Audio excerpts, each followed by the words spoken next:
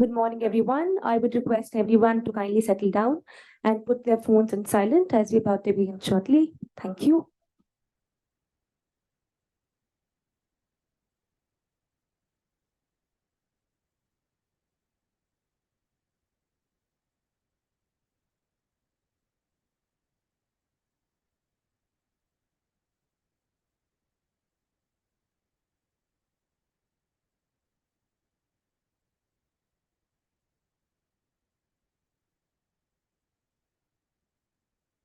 Just one note, if you wish to speak anything, just put your mics on, switch on your mics first and then speak. Thank you.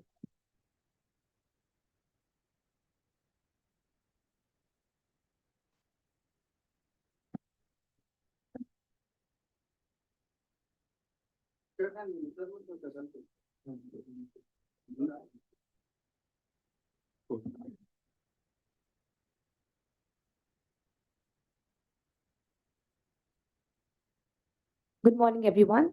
First of all, I would like to call all the discussants on the dais as I introduce them.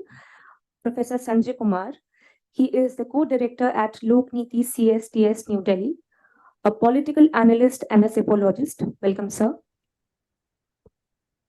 Mr. Passa Venkateshwar Rao Jr.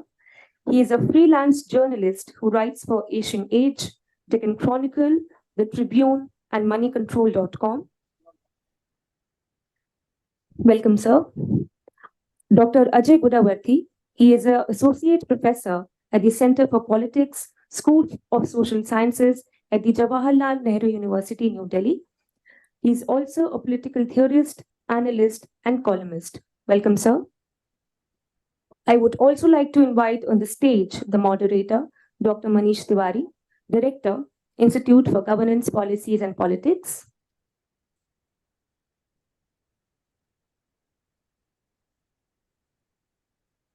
Thank you so much. A very good morning to the distinguished discussants, delegates, guests, students, and everyone present here. I, Amrita, welcome you all to Politics in the South of the Vindhyas, roundtable discussion on the Telangana Assembly Elections 2023 that is about to take place shortly. This is the second and serious discussion of the Politics in the South of the Vindhyas series that will bring forth the opinions of experienced journalists, renowned psephologists, and political commentators with extensive knowledge of the ground realities in Telangana and the broader political landscape. Before we begin, I would like to make the gathering aware of what we do at IGPP. Institute for Governance, Policies and Politics is a think tank that conducts in-depth research and analysis on the issues of public policy. We at the IGPP work around diverse research areas, including, but not limited to, social dimensions of digital ecosystems, public health and communication, media, politics and society, energy, environment and climate change, and natural resources and livelihood. I would now like to hand over the mic to Ms. Hina Goswami to introduce the series Politics in the South of the Vindhyas to everyone. Ma'am, please.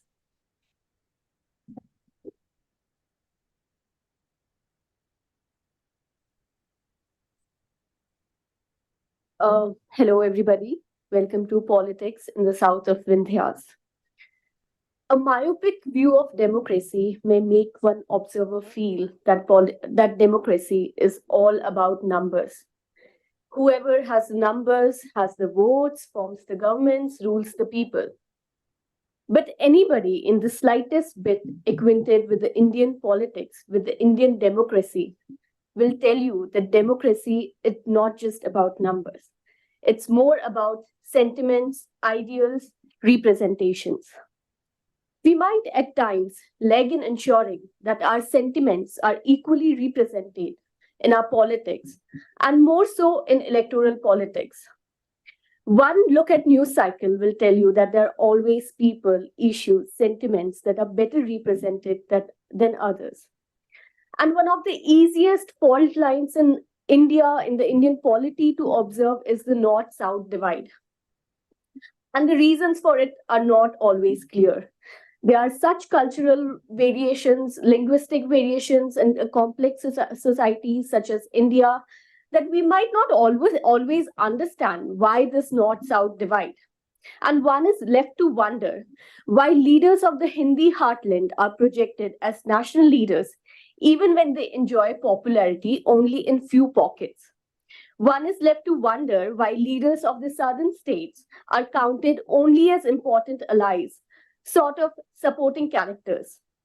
Issues, protests, sentiments of the South do not always figure in national headlines as prominently as those of the states north of Vindhyas. Well, one could argue that the northern states or the Hindi heartland has more number of people which vote, numbers that turn into votes that form the government. But then again, we must remind ourselves that democracy is not just about numbers, it's about ideas, it's about sentimentation, it's about representation. And it is to fill this gap and bring the sentiments, issues, nuances of the states south of Vindhyas to the forefront that Institute for Governance, Politics and Policies brings to you Politics in the South of Vindhyas. It is to ensure that the nation's best minds are able to deconstruct the nuances and subtleties of the politics in the South that are missed by the news cycle. To engage better, to understand better, and to represent better is the motto behind our series, Politics in the South of Vindhyas. As many of you might be aware that the first roundtable discussion in this series was centered upon the Karnataka Assembly elections. And as we are in the midst of another election cycle, we are gathered here to discuss the electoral dynamics of the Telangana state. I'm sure that as you leave from here, you'll be better able to understand and appreciate the driving forces of Telangana's politics. I also hope that I continue to see all of you in our upcoming roundtable discussions. And through these engagements, we hope that we have a better holistic understanding of not just the politics of South of Vindhyas, but the national politics. Thank you once again. Please let us begin the discussion. Thank you so much.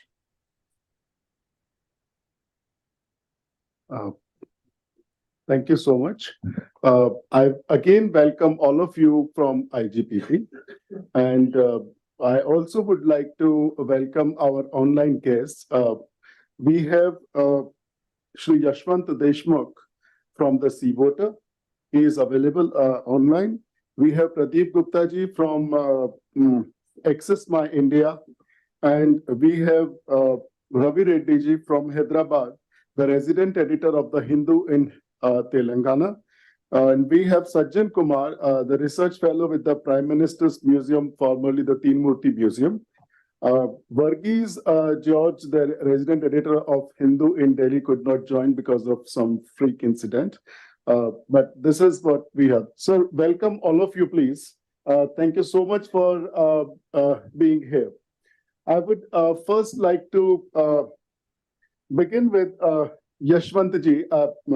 Sanjay Kumar ji has just suggested that we should begin with the guests who are online first. So we would be beginning with you first, sir. So Yashwant ji, thank you so much, sir. I would like you to let us know what are the three major issues which would be swaying the voters in Telangana, or like what are the major political issues which people in Telangana are considering, sir?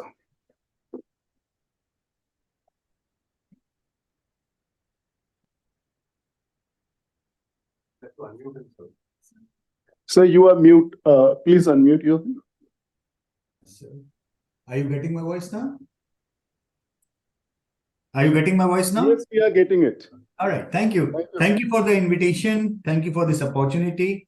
Let me quickly start with stating that Telangana is probably a bit different from rest of the states as per the analysis, and not just the south of India, but in all rest of the India as well, because it is a largely a newly formed state, if I may say so.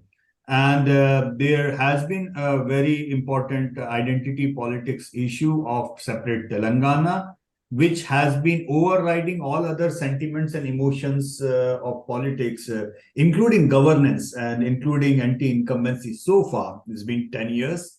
And I guess from that prism, it would be different to analyze Telangana and different to understand Telangana in a different light.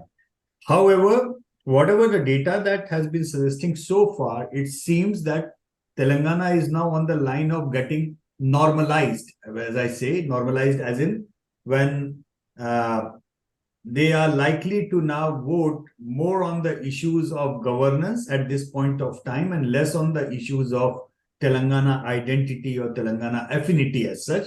That part of affinity, that part of identity, as the state is formed, 10 years have gone by. BRS, earlier TRS, has been suitably rewarded by the people of Telangana as the major force for creation of Telangana. But that's all. I mean, I think Telangana is now ready to move on to deal with electoral politics the way it has to be dealt with. That is, looking into the issues of governance, looking into the issues of anti-incumbency sentiments, the local factors and everything. So from that parameter, I don't see Telangana being different now from any other state that is going to the poll. Basically, the top of the mind issues or top of the recall issues of Telangana, they happen to be the same as are the issues of Rajasthan, Madhya Pradesh, and Chhattisgarh for that matter. And that remains unemployment, inflation, development, issues that relate to the communal polarization or caste-based polarization, like reservation and other stuff, women-related gender issues, women's security. So these are the top 5 issues which are in all these states. Actually, their ranking is only a bit up and down. That's the only difference. But nonetheless, they all remain there. So Telangana is pretty much normalized in these elections now. Thank you so much, sir. Pradeep ji, I would like to bring you in here. Do you agree that that Telangana has moved away from identity politics? And is it like the BRS's appeal on the identity and the new state formation? Would it still work, or it will be the issues as Yashwant is saying, that they would be the major factors in deciding voters to give who do they vote for? Thank you very much for having me here. As I go with Yashwantji's analysis and everything he has said, I am totally in agreement with him. As far as the Telangana identity politics, 10 years is a too big a time in these days, particularly when you have a bearing of, the past. So that is one thing for sure. And governance is the main agenda, the issue before the people when they go and vote. So that is one thing. But having said that, what is important here to understand is the southern state, they have a tradition of changing government every year, barring two incidents recently. In 2021, Kerala left party repeated the government, and in 2016, J. Jayalalitha, AIDMK repeated the. Otherwise, every 5 years, southern states change the government. That's the tradition so far. And coming to Telangana, now it's 2 term, which is the 10 years. So anti-incumbency is bound to be there. What is more important to understand here, who is better placed to capitalize this anti-incumbency whatsoever is there on the ground. So when we come to capitalize, there are 2-3 forces are there. One is the Congress for sure, and second is the BJP. And why I say and include BJP here is the history suggests that in the last election, which is the 2019 general election, both the party, BJP and Congress, secured assembly segment lead during this Lok Sabha election, 19 election, 20 for the BJP and 22 for the Congress. But what was the difference here? the vote share. The vote share of BJP was only 19%, whereas Congress vote share was 29%. Why? Because Congress vote share is spread across the state, whereas the BJP vote share was limited in this segment and pocket. So this is very important this time to see how these anti-incumbency vote is split among these parties. And of course, overseas AIM is always there with 7 to 10 seats always there. So this is very important and makes Telangana election very important and dynamic, how these votes are going to turn. And when it comes to the Telangana in KCR, now known BRS, the social welfare schemes and governments, he is knowing all these facts, he has opened the floodgate of social welfare schemes and the delivery. So this is something very important to see whether people are still hope and believe that KCR still can deliver more in coming future, or they should look for the old guards of Congress or the future of as BJP, which is in the national forefront. Thank you, sir. I would like to go to Ravi Reddy ji as of now and to ask him what Pradeep ji is saying, that the governance would matter and the delivery of the schemes on the ground. Being an editor in Telangana and spent so much of time there, do you think the KCR government has really delivered the schemes and delivered the kind of services to the people which would decide where they would vote for? Thank you, IGPP, for giving me an opportunity. Speak at 10 years is a too long period for any government to show the performance. Yes, surely anti-incumbency is always visible in this part of Telangana this time. Having given a huge mandate for BRS, earlier TRS in 2018 elections, it had a landslide of 88 seats and the Congress was reduced to just less than 15 seats, and then BJP could win only 1 seat. But this time it appears to be a triangular fight, clearly showing BRS on the defensive this time. If you look at the 119 seat thing, the BJP is almost out of reckoning this time, going by the internal differences and a lot of differences on the issue of newcomers, defectors, and the old-timers fighting among each other. So even the preparation of the list itself has become a huge headache for party, and it is unable to make it out as a leading contender. This leaves BRS fighting the Congress directly as of now, and then till August, it was assumed that BRS could be the front runner to retain and make a habit of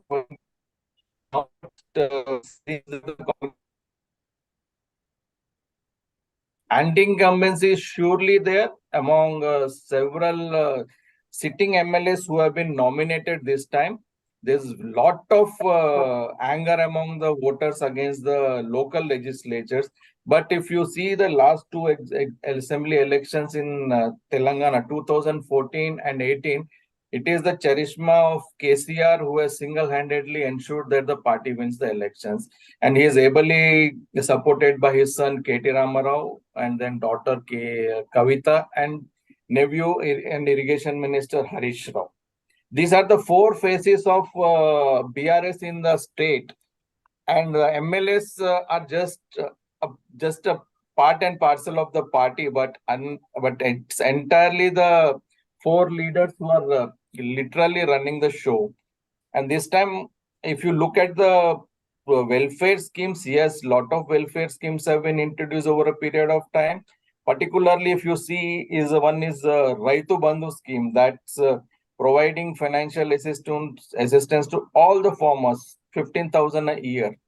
So this has been quite successful, but there is also a lot of disappointment among a few tenant farmers who were unable to receive these benefits. And then there is another welfare scheme that is again causing some sort of a concern among the BRS, is the Dalit Bandhu. That is 10 lakh financial assistance to start a self-employment scheme for Dalit entrepreneurs, sort of a thing. And this again is the beneficiaries selected by the local legislatures. So what happens is lot of beneficiaries who are selected are said to be BRS sympathizers, and genuine people have been denied the benefit sort of a thing. But one positive aspect, if you look at, is the improvement in the irrigation facilities across Telangana. Kaleshwaram project is one of the biggest lift irrigation projects in the world. But again, it has led to a lot of allegations of corruptions against the BRS party.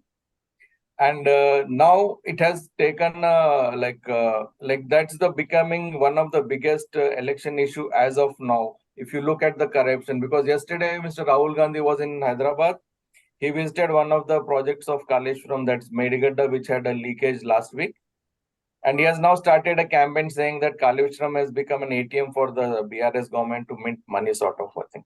So if you look at the welfare scheme, yes, some of them have been delivered. And if there is a lot of improvement in the healthcare sector, a lot of hospitals have been established, and you have now 17 medical colleges across Telangana. We had 10 districts earlier, now it is 33 districts. Decentralization of administration has become a success, and now people are able to access the administration very close. At the most, any distant part of a district could be less than 60 or 70 kilometers in the district headquarters, and the collectors and all the top officials are available. Earlier, people used to travel 200 kilometers, wait for the, and now the administration has come closer to the people also. But as of now, anti-incumbency is surely there, and how Congress is going to capitalize on that is a bigger issue. There's a lot of internal disturbances among the Congress. The announcement of the tickets in two phases has led to a lot of dissident activity. Lot of newcomers with money bags have been given tickets. They have nothing to do with the party. Just because they have some sort of a financial support, they have been given tickets. In some cases, the surveys done were not proper. Even the genuine candidate who were supposed to have been given a ticket has been denied ticket. And then they are banking heavily on the survey sort of a thing. And there is no justification. Yeah. So this is what is happening as of now, sir. And the BJP on its part, it's totally banking on the central leaders to improve its prospects. And finally, I would say that MIM still is a very close ally of BRS. It has decided to contest only 7 to 10 seats in Hyderabad city. It will never go out of Hyderabad to contest the elections.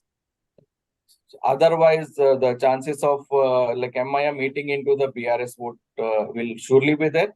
But one interesting development that's taking place is in 2018 elections, we had minorities like the Muslims and the Christians had heavily voted in favor of the BRS. And this time we have to see whether the Muslims will still continue to bank and support the BRS. If there is a shift in the Muslim and the Christian vote, Dalit votes towards the Congress party, then there is every chance of results being different this time. But it's going to be a close fight as of now. So it looks like it's BRS versus Congress as of now. So thank you.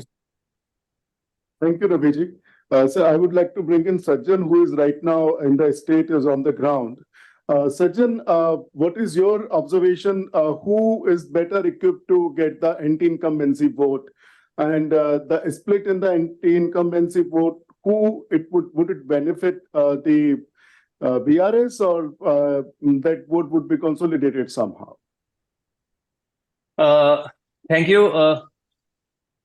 I agree that there is anti-incumbency, and that is obvious to everyone, because after 2 tenure, that is bound to happen when the sentiment issue of the new state that has taken a back seat, and the mundane issues of governance, that is the prime thing. But this is my preliminary understanding that, yeah, anti-incumbency is there, but there are two kind of anti-incumbency. One, anti-incumbencies which are manageable. I mean, if you go, people would be angry, people would be rendering criticism, there would be a lot of complaints on so many issues. But people will not cross the threshold of saying that this anger or criticism is going to lead to a vote against the incumbent. This is one. And we have seen in many states wherein anti-incumbency is so intense that you find that people have made up their mind. Now, in my view, yes, there is a lot of criticism on the plank of corruption also the plank of anger against the local representatives, ministers, etc. But it is not primarily against one, the top leader, that is KCR, and two, it is not so much that you see that people as of now has made up their mind. Yes, there is anti-incumbency, and if you do a very basic survey, even in the rural areas, people will say that things should have been delivered, and now they are not satisfied. So satisfaction index is very low. But I think that as of now, this is my gut feeling based upon the qualitative kind of interaction with the respondents, that Telangana anti-incumbency is still manageable. That doesn't mean that BRS will finally manage, but what that the ruling party still has the space to manage it. And therefore, another factor, and this is my kind of reading, that may slightly help the incumbent finally happen to be that while in the incumbent party, the leadership issue is settled, and he still is not unpopular. He still has some traction. Compared to the camp of Congress, what we feel that we found that Congress is a default beneficiary. You do not find a fighting spirit that should be visible to capitalize on the prevailing anti-incumbency, and that was expected, because now that BJP has taken a back seat, and primarily people were saying that why BJP suddenly in the last 2-3 months lost the plot. One of the there were two incidents that came across, and that from the respondent. One was that there somehow this masses has percolated down to the bottom, that there is some tacit understanding on the question of ED and lots many issue, and why the Bandi Sanjay Kumar were replaced and Kishan Reddy was made. So there was some sort of quid pro quo. This is the perception on the ground that is also prevailing. And second, I think when Prime Minister Modi, and it was on part of whatever may have been BJP calculation, but it certainly damaged, and particularly among the Muslims, especially in rural areas, not in urban areas, though their percentage is less in rural areas. When Prime Minister Modi said that the ruling party and the Chief Minister tried to be a part of NDA and he refused. So these two things in a way, but what I say, as I said earlier, despite everything, if you find that is the anger, people accept that yes, there has been change, there has been delivery, and on the question of populist policy outreach, wherein some sort of resonance is still the image of KCR is not what he used to be, but still it is way ahead than many people. And the fact that in many of the constituency, because the BRS declared the candidate beforehand, they are not very popular candidate, but at least they got some space and people know them. And coupled with the leadership issue, I think as of now, anti-incumbency is there, but I do not think that it is something which is going to, it is not a done deal. I still think that the incumbent party has the space wherein it can capitalize on the leverage that it has because of the leadership issue and the policy outreach. And Congress, which should have been into a better position with the kind of committed cadre workers and leadership issue. So that sort of fighting spirit is not visible on the ground. Whatever we see, the return of Congress into the narrative as a challenger is because it is being the default narrative, because of election almost has become bipolar because BJP has lost the plot. And therefore, because Congress would be rising, but whether it will be able to pass across the BRS, I think as of now, I think other way around. Thank you, Sajjan. Sir, I would like to, we have got into a lot of details in the very beginning. I would just like Dr. Ajay Gudavarti to let us know about what is the kind of politics and society Telangana is, how it is different from other states and how it would play in the coming election. So you would have about 6-7 minutes to then we can go back to questions. Okay, so that's the right question that Manish, you began with, that Telangana, I think historically one has to understand is that it's a society that is very different.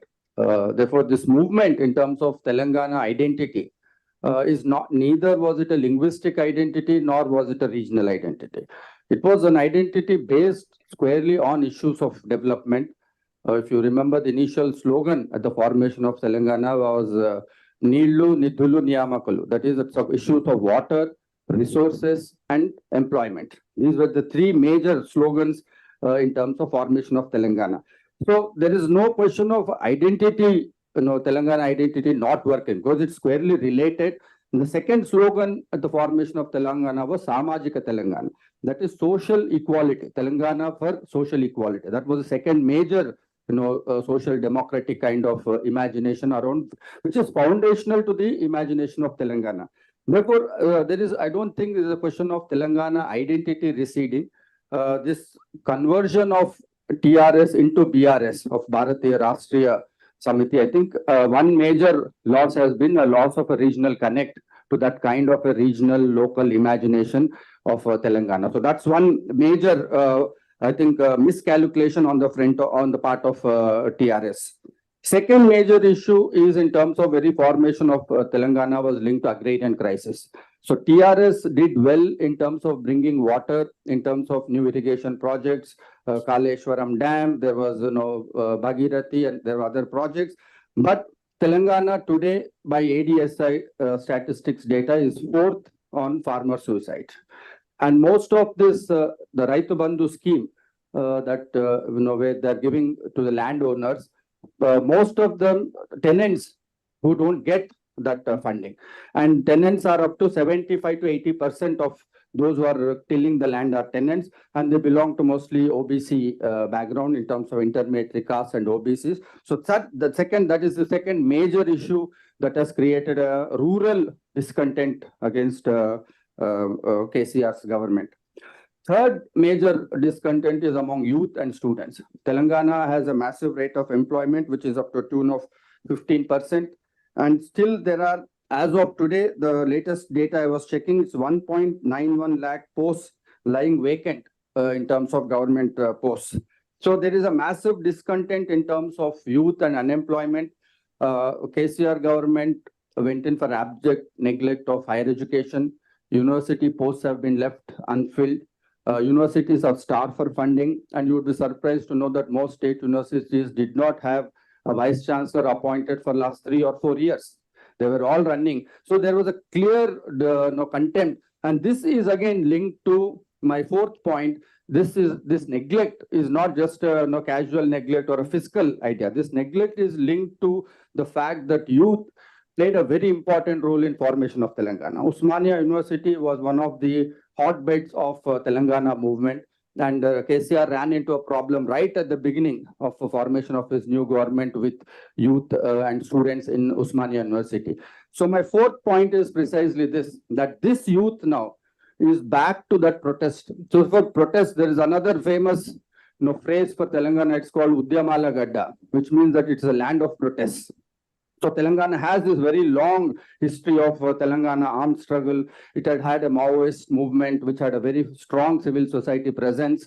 So Telangana has a very unique features which are not easily available in other states. That there's a strong presence of civil society in terms of intellectuals, public protest figures who are linked to grassroots. Unlike other civil society, which is generally disconnected, like civil society like us, who sit in IIC, this is not the civil society in Telangana.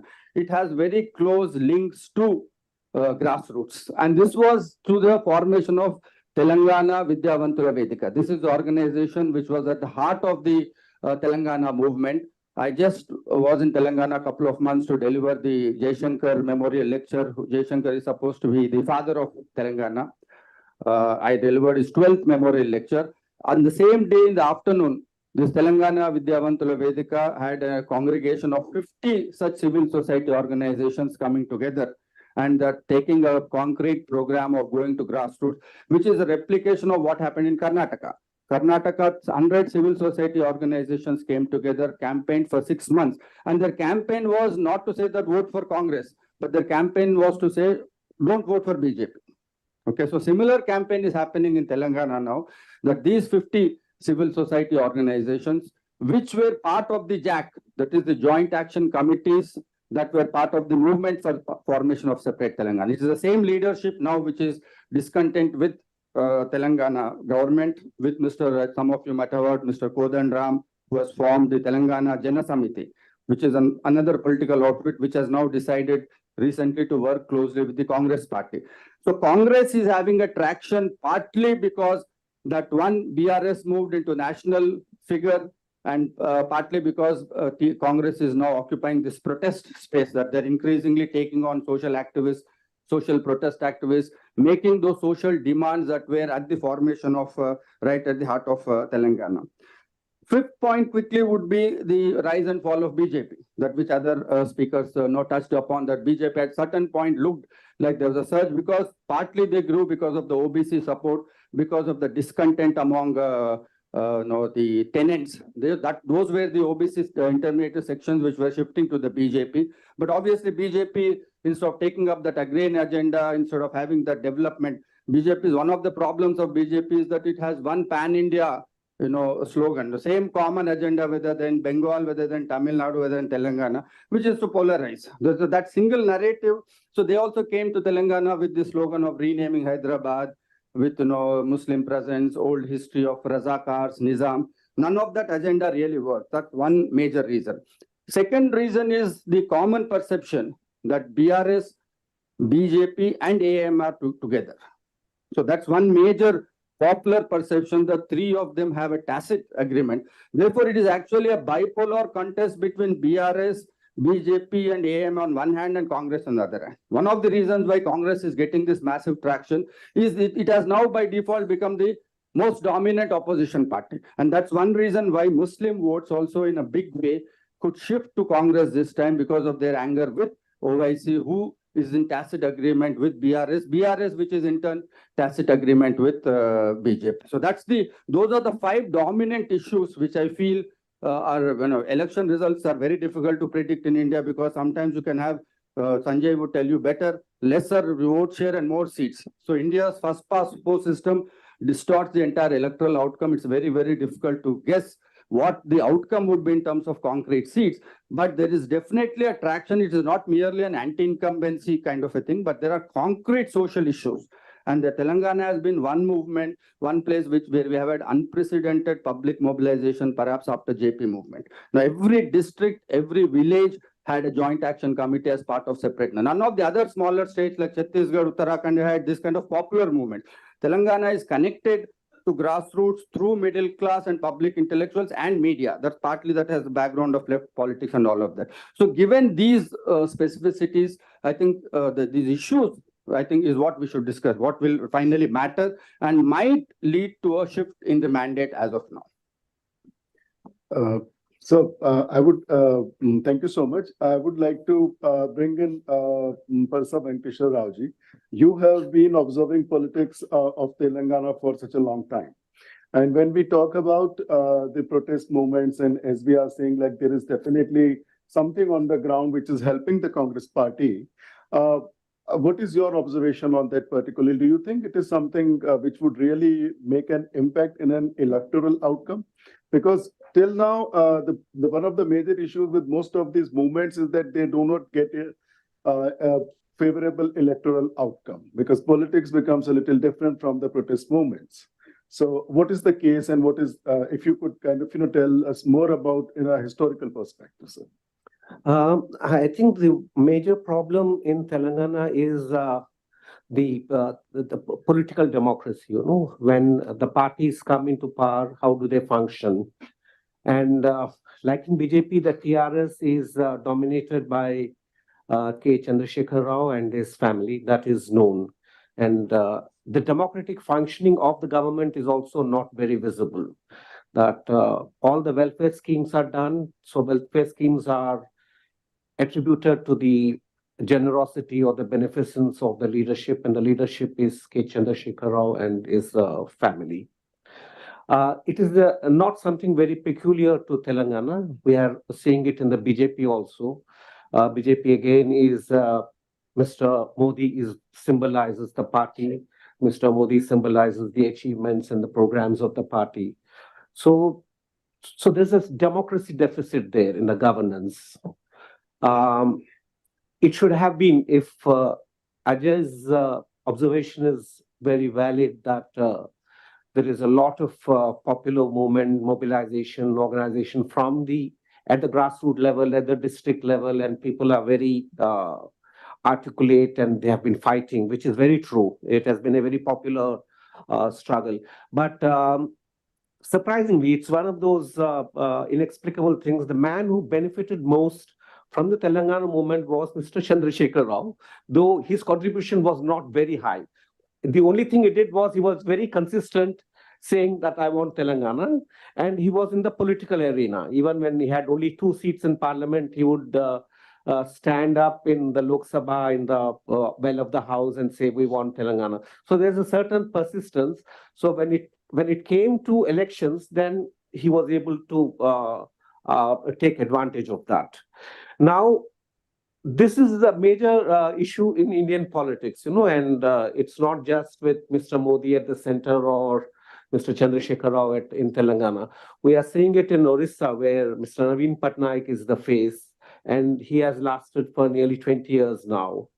There is no other person in the Biju Janata Dal except Mr. Naveen Patnaik, and yet he seems to be continuing.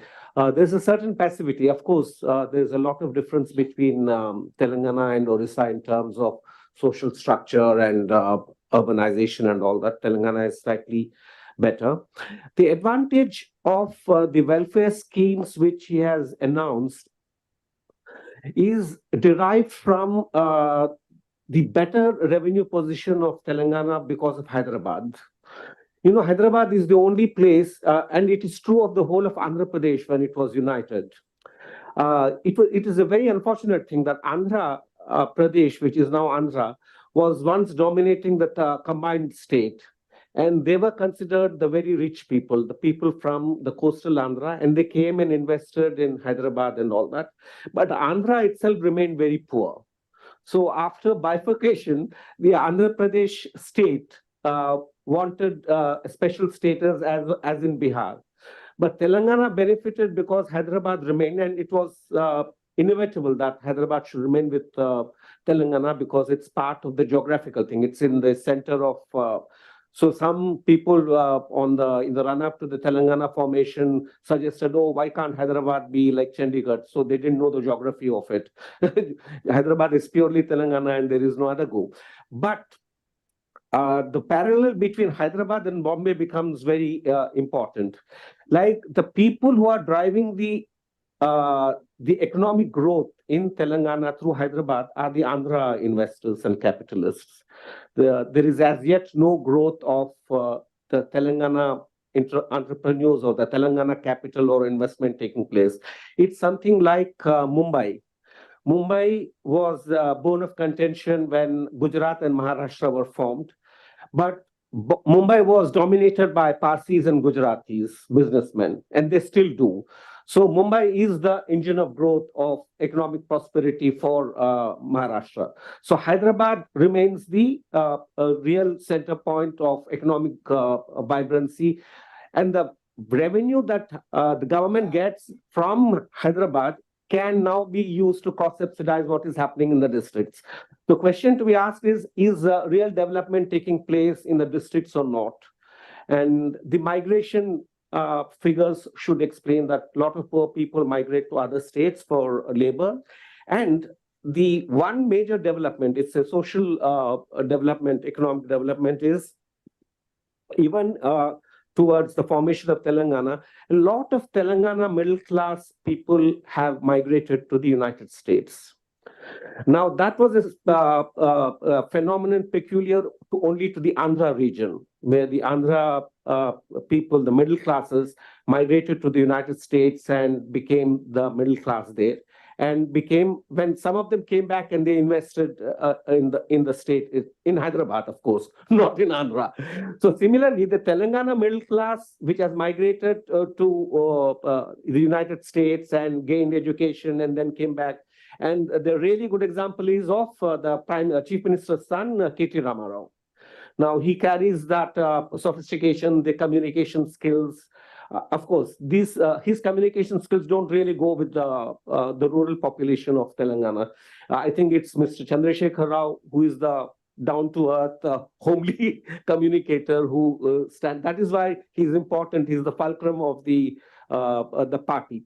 Now, as Ajay has pointed out, the party has changed its focus from being a regional outfit, which it should have continued like the DMK parties have done in Tamil Nadu.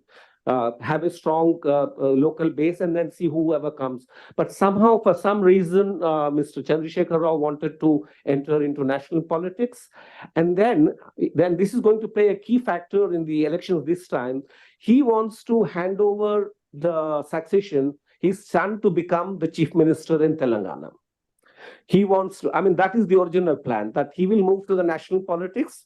Now it looks very vague and looks very unlikely to materialize. And he wanted his son to take over as chief minister. So there is some sort of a succession plan in place. Now, do the people want to accept the son as the chief minister or not? That can be a key factor. They are willing to accept Chandrasekhar Rao himself because he belongs to the region and people identify with them. The son is one step removed in terms of education, in terms of sophistication, and also the generation-wise. Rural Telangana is still a large chunk of it remains undeveloped. And despite all the welfare schemes and all that, it has not yet translated into the rural society getting more educated, getting social mobility. That is not yet happening on the scale it should happen, so that it will make a larger impact. So at the moment, I think we'll stop that. Thank you so much, sir. Sanjay ji, we have, got to the issues through Sajjan, through Yashwant ji, and through Pradeep ji and Ravi Reddy ji. Ajay ji and Prasad ji has given their, an overall perspective, of more historical and I would say a little more theoretical in that sense. Does it all make a sense to you in terms of numbers, in terms of issues affecting the elections?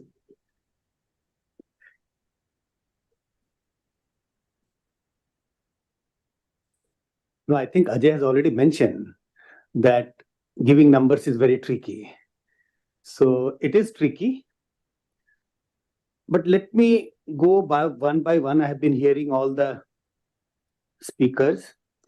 I have some agreement, some not disagreement, but I'm just trying to, what I'm trying to do in the next 8-10 minutes is to put out some facts in front of you to figure out about the number or about the electoral outcome.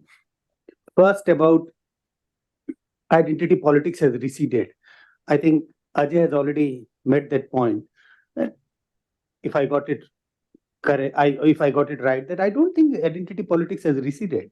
It has come back very strongly in Indian politics. Look at Chhattisgarh. We had never heard about Chhattisgarhi identity, which is the big election issue in Chhattisgarh now.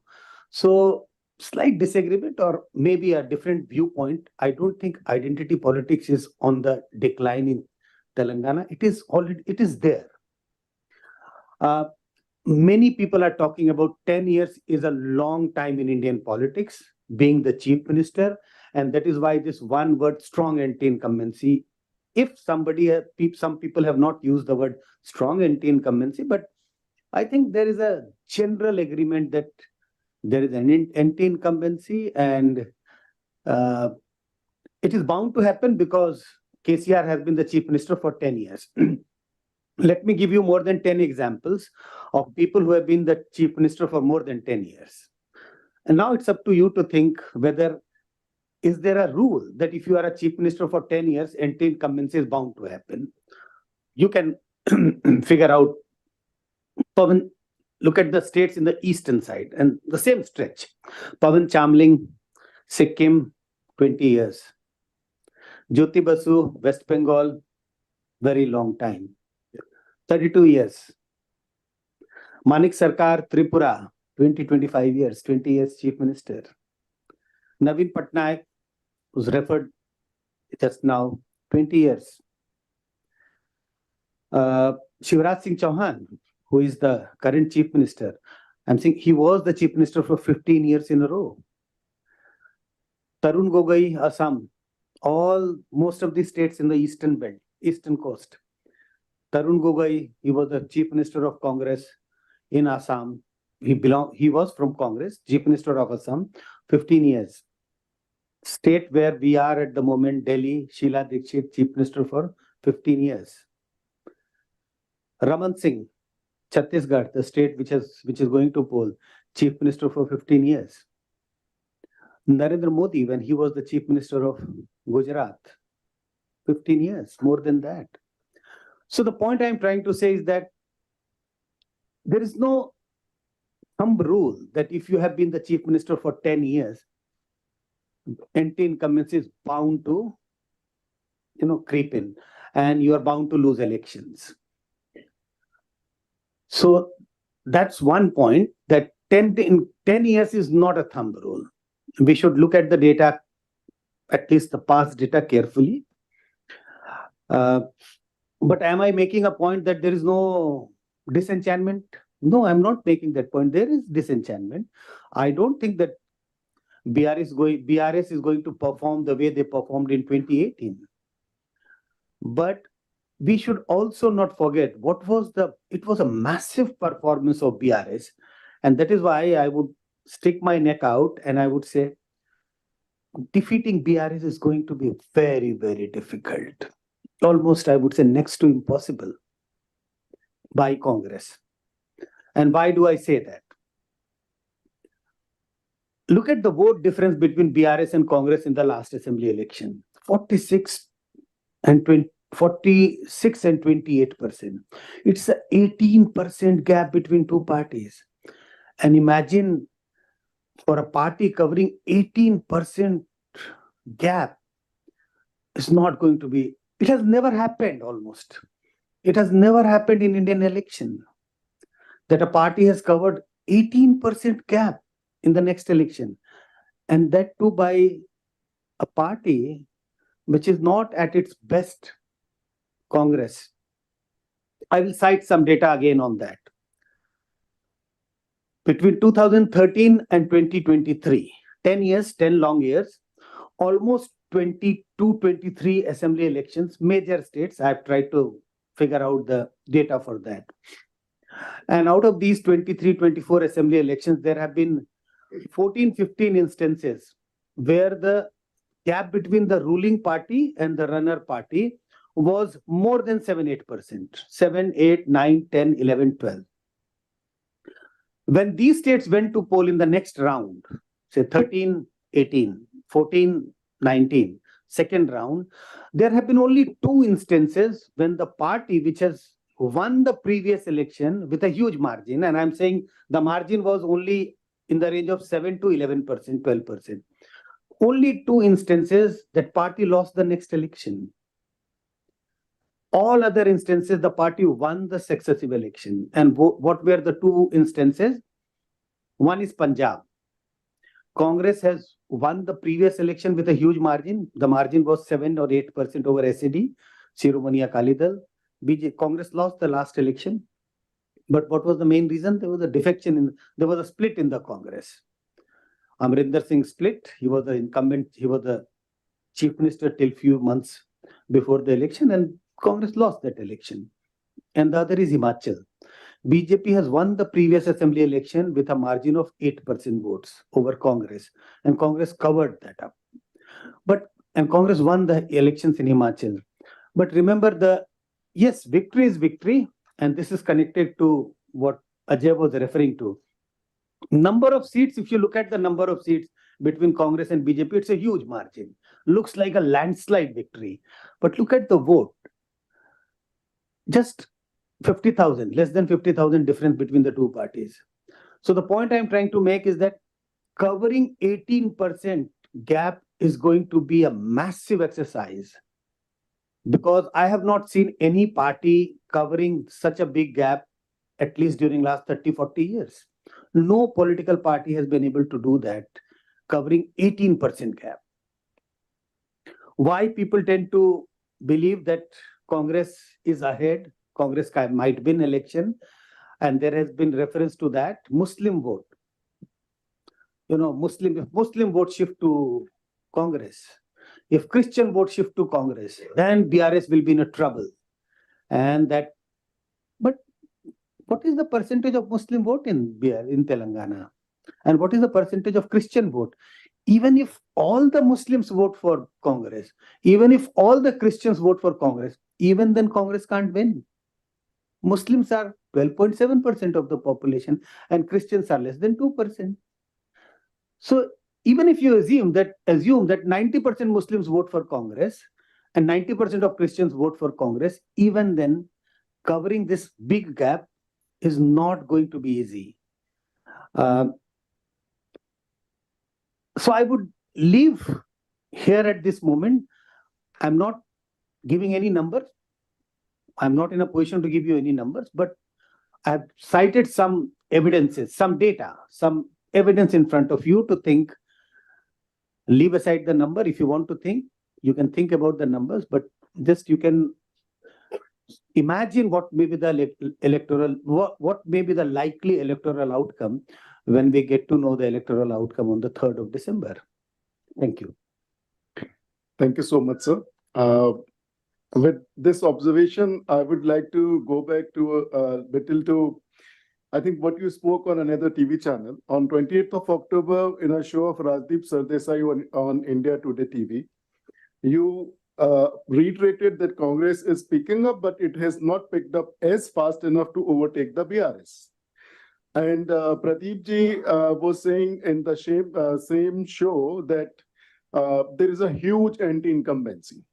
Pradeep ji, can I just come to you, asking you that this huge anti-incumbency, and as Sanjay ji is suggesting, the 18% gap in for the last election, do you think it would be a kind of a play, like Congress has that play that it can cover it through this catching up on this huge anti-incumbency, as you suggested in one of your conversations earlier, sir? Yeah, sure. First of all, Tiwari ji, can I have? I'm not able to. We cannot view you guys. I mean, for last about 20-30 minutes. So if you can put up the camera on to your stage or wherever you are speaking from. सुन तो पा रहे हैं ना प्रदीप जी? सुन पा रहे हैं, बस देखना क्या है? चलिए कर रहे हैं, कोशिश करते हैं यहाँ पे. हाँ, ठीक है, clear. Anyway. So now coming to the anti-incumbency. So when I say anti-incumbency, and Sanjay ji has rightly pointed out all these states, but he could not point out one state in southern India, which in the beginning remarks, I mentioned that in southern India, surviving for 10 years is also only 2 times in recent 30-40 years. So that is the case of southern India. And in India, we all know that it's a regional behavior of the people is so different. Within a state also, it is very different. Let me tell you of one very good example of Madhya Pradesh. In Madhya Pradesh, geographically positioned in such a way that in northern part of Madhya Pradesh, which is Gwalior, or which is Rewa, Satna, which is the bordering to Uttar Pradesh, or for that matter, Bundelkhand, they never, I mean, they had occasionally eat rice, but if you come to the southern part of the Madhya Pradesh, they eat only rice. Occasionally they eat wheat. So this is on the lighter note. Now coming to the percentage and all that thing you asked Tiwari ji, now I'll tell you. So 47% last time, 46 point something, 47% last time secured by TRS and 28% by the Congress.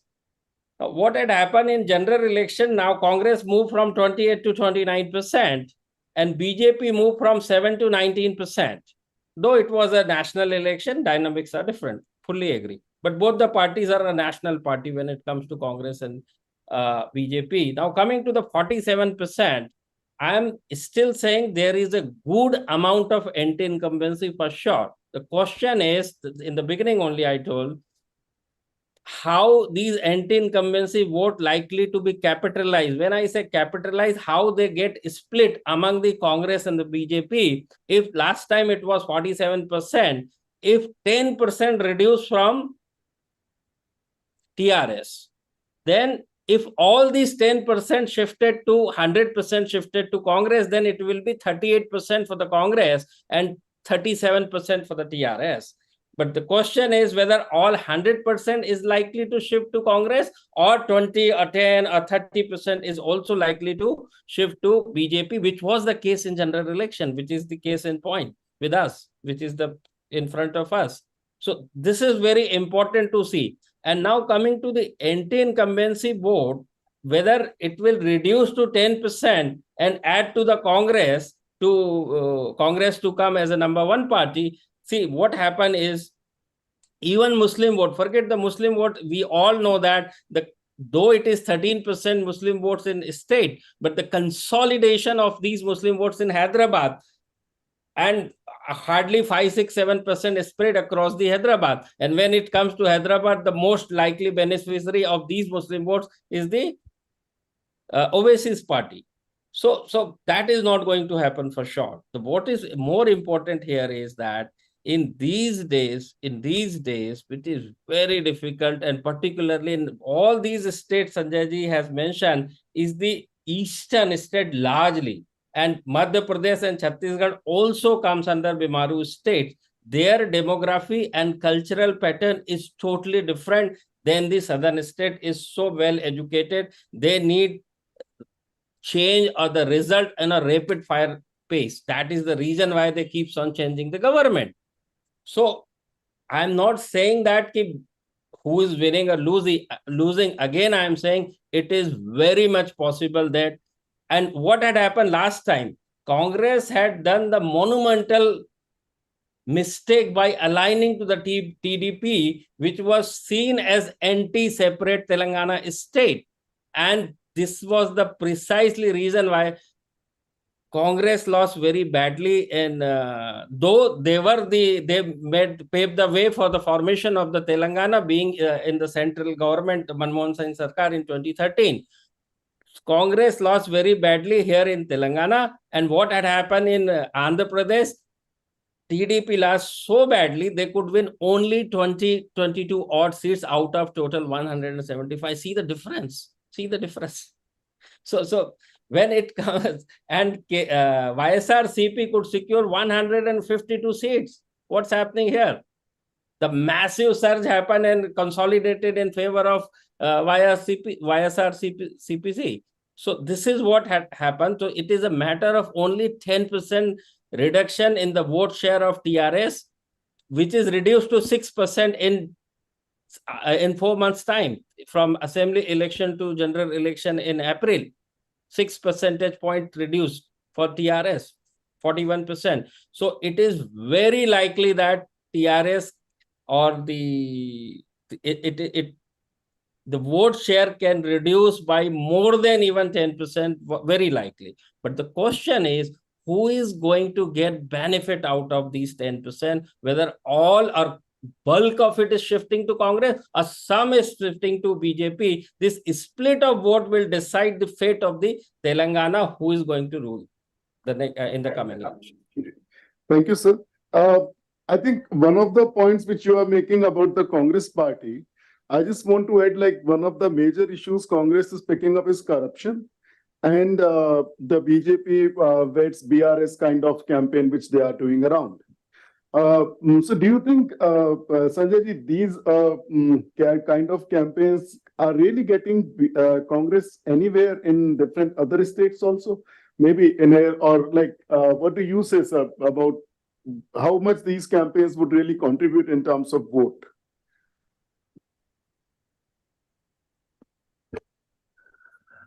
See, on the issue of corruption, you can try and make it an issue only if you are in opposition. So Telangana, yes, Congress is trying to make it an issue. And in Madhya Pradesh, different kinds of corruption issues. So these are the two issues on which Congress is trying to make corruption as an issue in the two states. See, we have seen in the past that the issue of corruption has a very different, it plays out very different in Indian elections. We have seen central governments being thrown out on the issue of corruption a couple of times, but only and only, I think, only if the parties which are trying to campaign on the issue of corruption or charging the government about corruption, if you are able to connect it with your day-to-day life. Remember 2014 Lok Sabha election, when BJP was campaigning, and at that time he was not the Prime Minister, Narendra Modi was the Prime Ministerial candidate. So they were trying to connect that corruption among the Congress minister has led to price rise, which has resulted into difficulty in everyday life. So that became a big issue. 89 election, Bofors, corruption in high places, the Bofors. And that was connected to compromise on the national security, compromise on the country's security. And that went down very well among the common people. But if you keep just saying corruption, that, this government is corrupt, there has been corruption in recruitment or in this schemes or that scheme, a very large number of Indians tend to believe this is bound to happen. They accept the acceptance of corruption up to some level has gone very deep into our people's mind.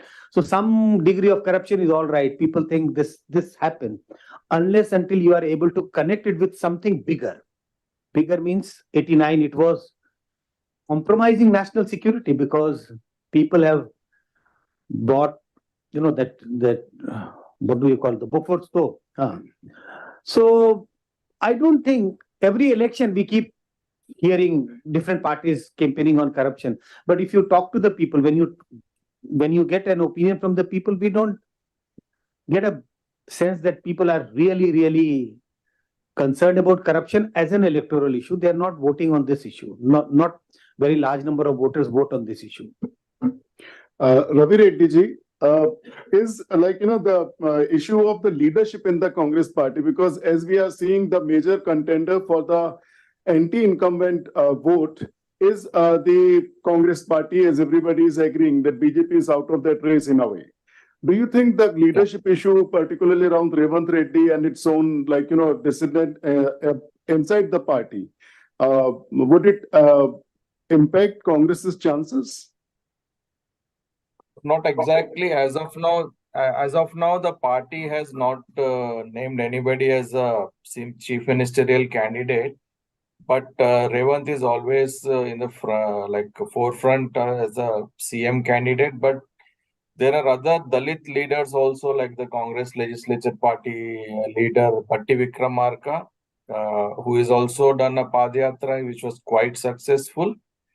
But as of now, the central leadership seems to be in favor of Revanth Reddy is the indication that we are getting. But this is again going to cause lot of heartburn among the old timers and the seniors like Uttam Kumar Reddy. And there are a lot of Reddy Congress leaders who have stuck to the party for over 2-3 decades.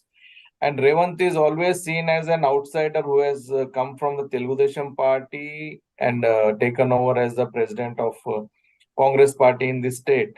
And this time during the ticket selection also, there are a lot of murmurs going around within the Congress party saying that he has managed to secure seats for his supporters, sort of a thing, which is again leading to a lot of bad blood among within the party.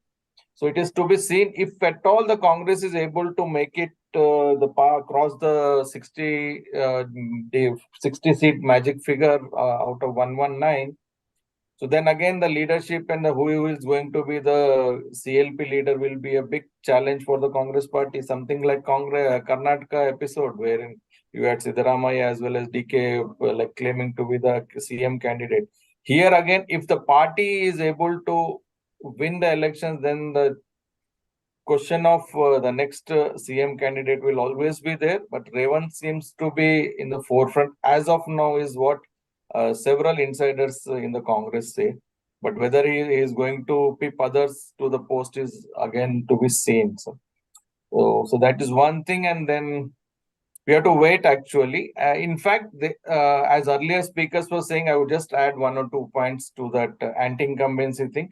Yes, anti-incumbency is there to some extent, and if you go through the speeches of KCR during the last 3 weeks, he has been touring the state and has addressed 23 public meetings so far. He has confined himself to saying that if you are voting out the BRS party, then the development of Telangana is going to come to a standstill.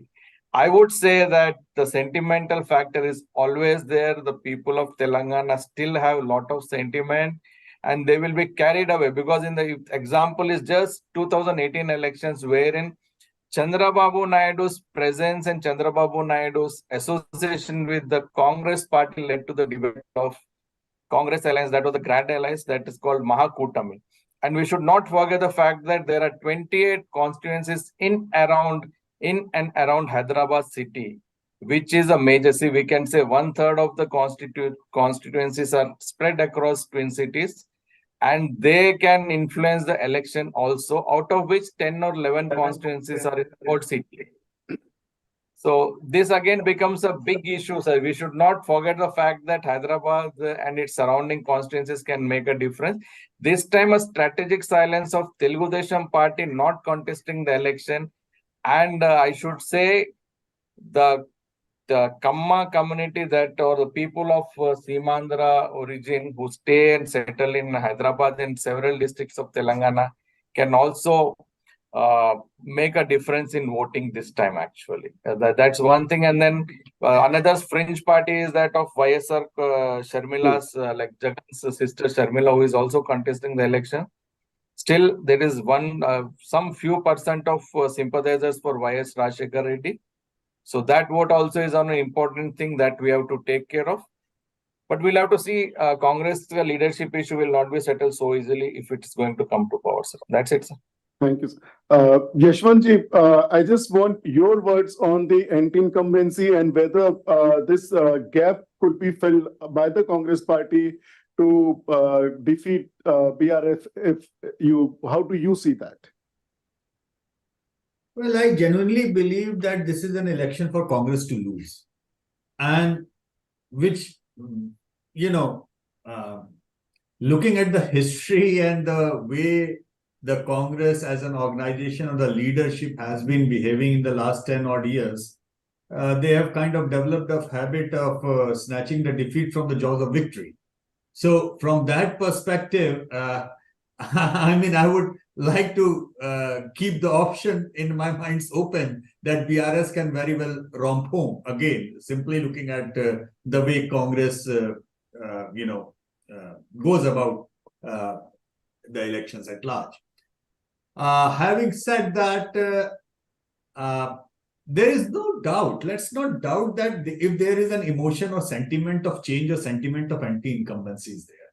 I guess that everybody has stated that, and everybody has been only from a degree of variation from, Pradeep also mentioned that basically who exactly is in a position to benefit or take advantage of this anti-incumbency sentiment.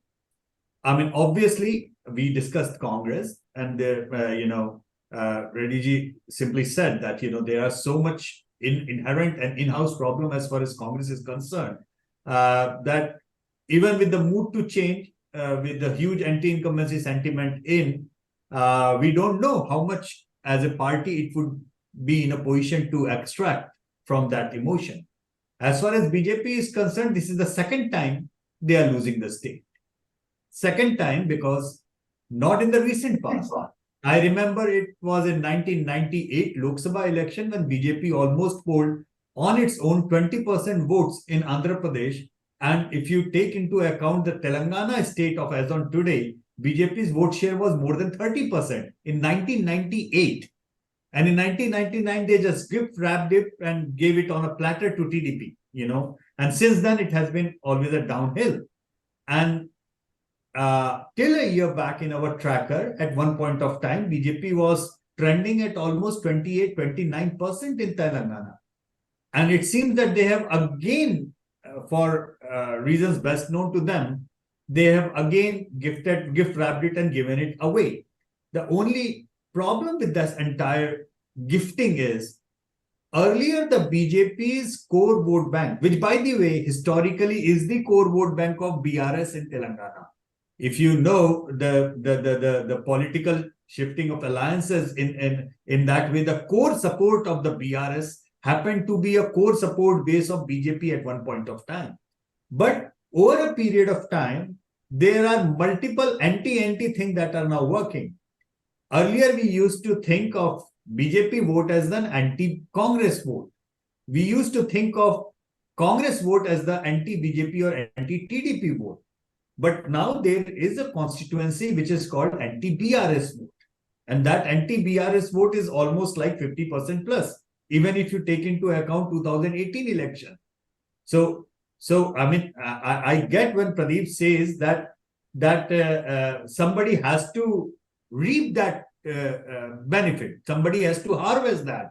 If you are not harvesting that, then it's your problem. It's not BRS problem. BRS is more than happy to walk in the third time.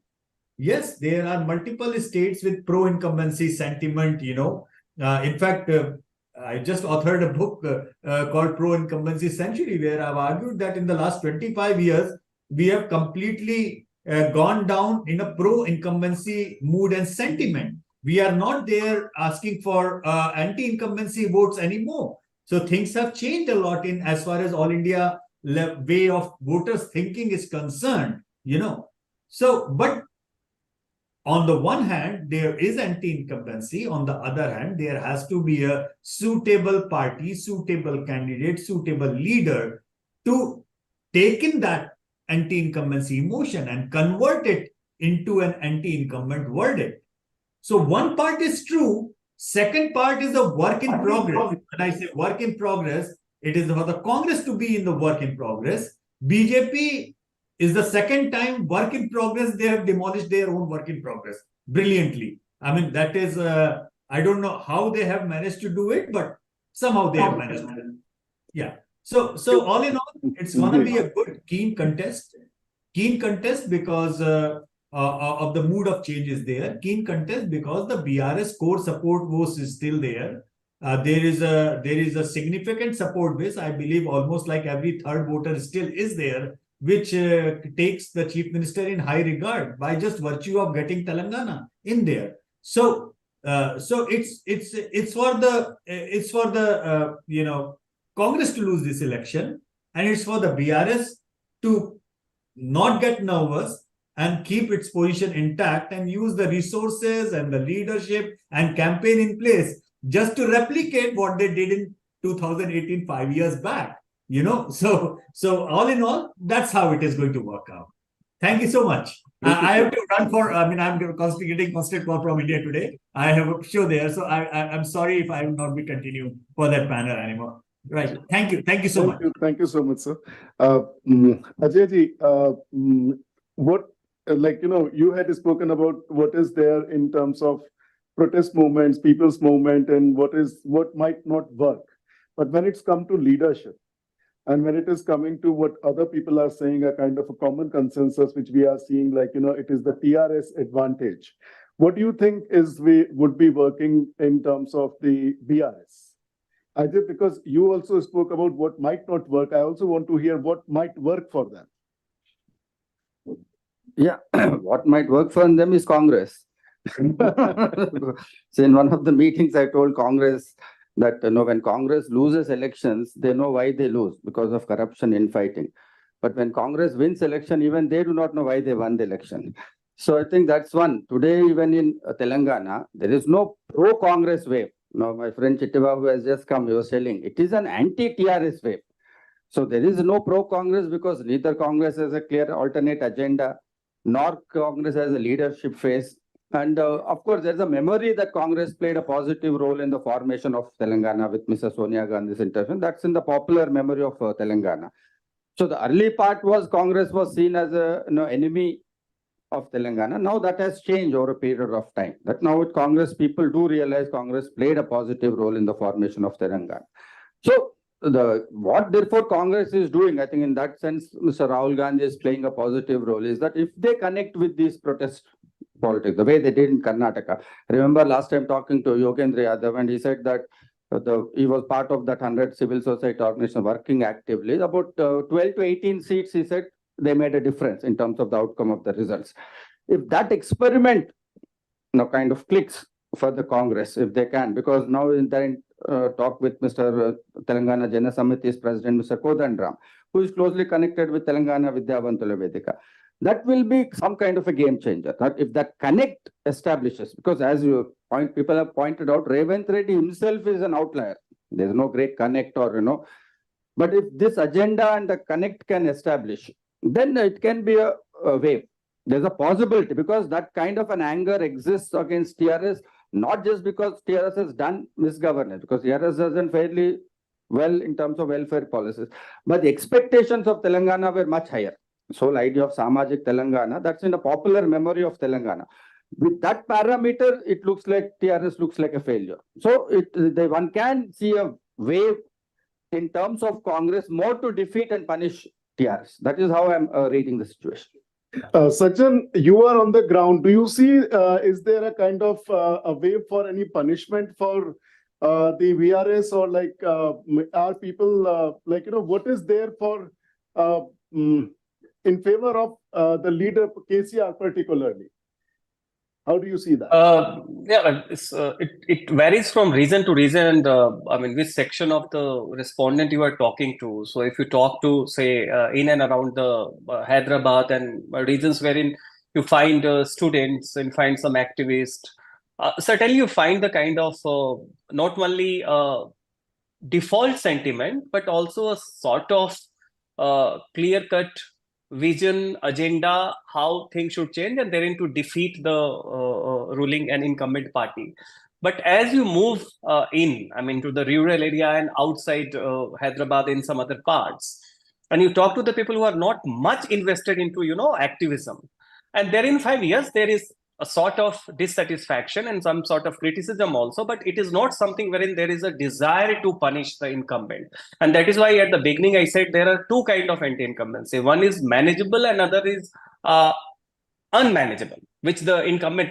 So I still believe that as of now, Telangana has the anti-incumbency, but this is very much manageable. I mean, how the ruling party is going to, unfold its cards, we have to wait and see. But Congress as of now is just a default beneficiary.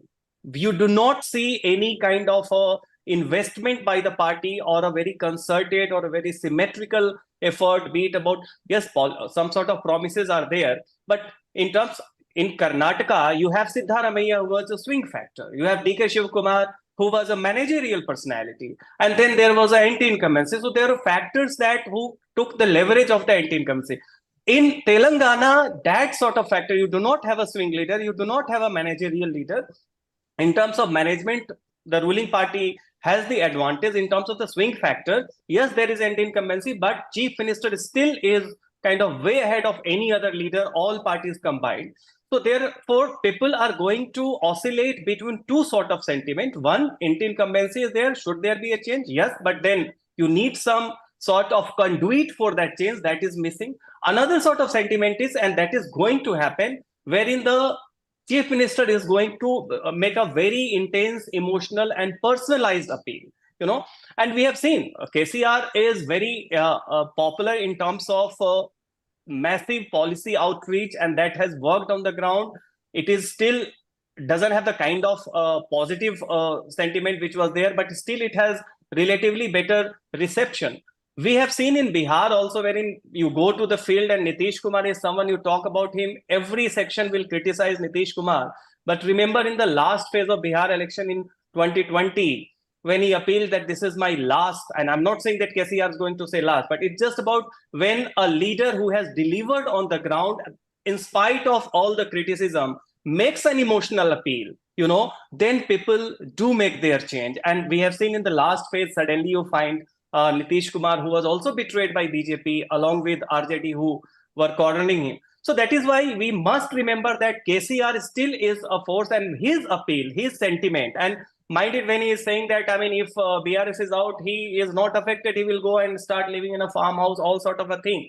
That's also sort of a message which he is sending. And that also has, so two competing sentiment, one for the change and one for the personalized appeal.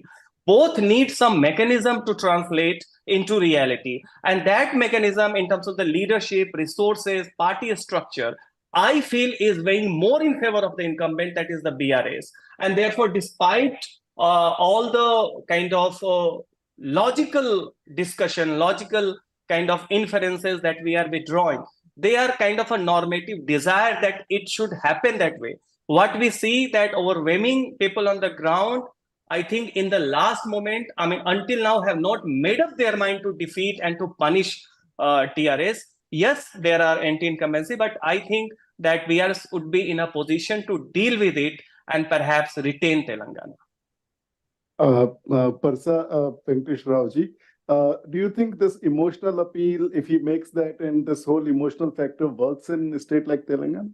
Is it going to work? Oh yeah, very much. I think he's the personality factor is very important, and I think he is charismatic to that extent, and he carries the party and he wins the elections. But I think the qualitative question we need to ask beyond these elections is it good for Telangana to have another term of BRS? Is it good for India to have another term of Modi and BJP? But that's a question that should remain on the horizon. Whether it plays itself out or not is a different issue. Thank you. So, Sanjay ji, I would like to have your final word on two things. One is like, which would be who would be the major beneficiary of this default vote, or in a way? I think this is the simplest question, because the major beneficiary is going to be the Congress, because Congress is in a serious contest. And if you go by the mindset of Indian voters don't want to waste their vote. So the voters who have voted for BRS in the last election, they don't want to vote this time. So they would look for an option, and a clear option for them is going to be the Congress. Very few of them are going to vote for BJP or other options, unless until they have a strong reservation for voting for the Congress. Otherwise, the beneficiary is going to be the Congress. And that is why I think in one voice we are all saying, and many others would say, that Congress is on the up. There is no doubt about that. The only difference of opinion is that among some of us is that whether Congress will be able to overtake BRS or whether Congress will not be able to overtake BRS. So the beneficiary is Congress, certainly. Before I open the floor for the audience to ask questions, I just want your last word, Pradeepji. What is your, because I would be a little greedy to get the number if it is possible. And I don't know, I know you wouldn't be giving the number, but what is your final word? Who would be forming the government if we say so?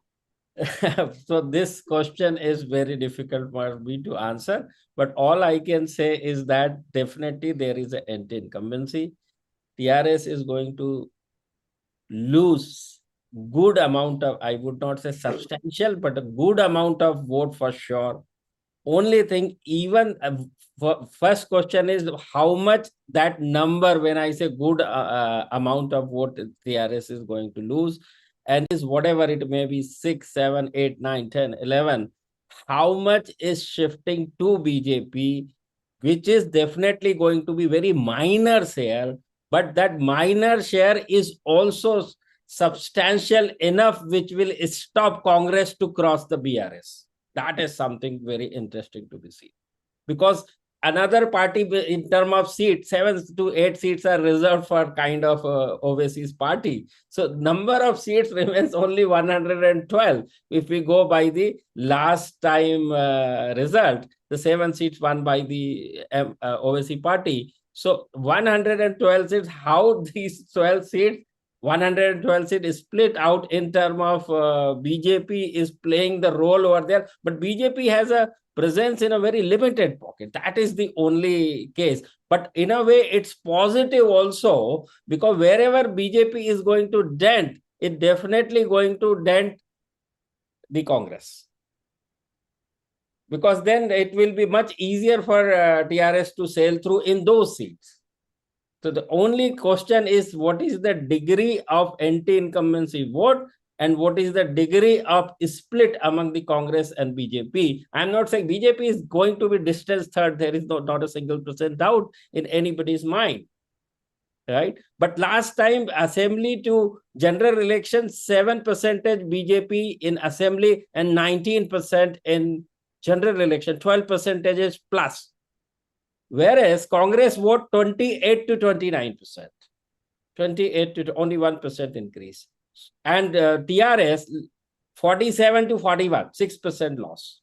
So this is how we need to see whether this 6 turn into 12 and the vote goes to Congress and BJP, the amount of ratios goes to BJP and Congress. This is something needs to be seen in the coming days. Thank you so much, sir. Now the floor is open for questions. Anybody who have any questions, raise your hands, and for whom you have the question. Yes. That is what one thing. You can begin Yes. with this. So Manish sir, excuse me, Manish sir. Sir, I have another Yes, engagement. yes, Can yes. I exit the meeting? You can. Thank you so much, sir. Thank you for being there. Yes, Thank sir. you. Thank you very much, sir. Thank you. Thank you. Yes. Good afternoon, sir. My name is Shaurya. I am from CPS, PhD first year, sir. My question is, sir, a very interesting talk, sir. My question is related to electoral system, sir. Sir, do you think that FPTP does over reward personality cults, like say that and does not let the issues driving anti-incumbency to come to the fore? Let's say there are so many issues in Telangana, but they will not come to the fore, and you'll only see a very skewed result, like that there was a personality cult around the BRS. And it does not let even the vote share. It encapsulate the small change in vote share, translate into the real seats share of political parties. Do you think that an alternative system would give us different results, as now we will see in the upcoming elections, or any alternative? Who do you want this answer? Give answer to this question. It's an open question, sir. Anyone can. I think Ajay is the right person to answer that question, sir. You can collect some more questions. Okay. Please. Thank you so much for this insightful discussion. My name is Nipun. My question is to Sanjay ji. When we see South in the Vindhyas, as political observers, we see South India and when we see these social welfare programs, especially in Tamil Nadu, as it's a symbol of, somebody will say freebies, somebody will say social welfare, depending on which side of the aisle you are. Do you think that this phenomenon is traveling to north and central of India when we see MP, Chhattisgarh and Rajasthan elections, as Congress party, which is challenger, going on the spree of sort of freebies like free electricity, transport for women, allowances and all. So do you see this phenomenon traveling from south to north and central India in the Lok Sabha elections specifically? Thank you. Yes, I'm Roundtable from the French Embassy. Thanks a lot to the esteemed panelists for the very interesting insights. My question relates to actually the Lok Sabha election 2024. We know there's not necessarily direct connect between, of course, the assembly elections and the Lok Sabha election, but there seems to be a new dynamics here at play in Telangana. So I think in 2019, BJP had 4 seats, so 1 seat more than Congress. So I just wanted to ask if you think that there might be some change in the trend that we're going to see in the Lok Sabha election. Thank you. Any other questions? Please. Hello. I just want to ask question to Sanjay sir. Actually, you talk about that the 18% gap is very difficult to write this election and all.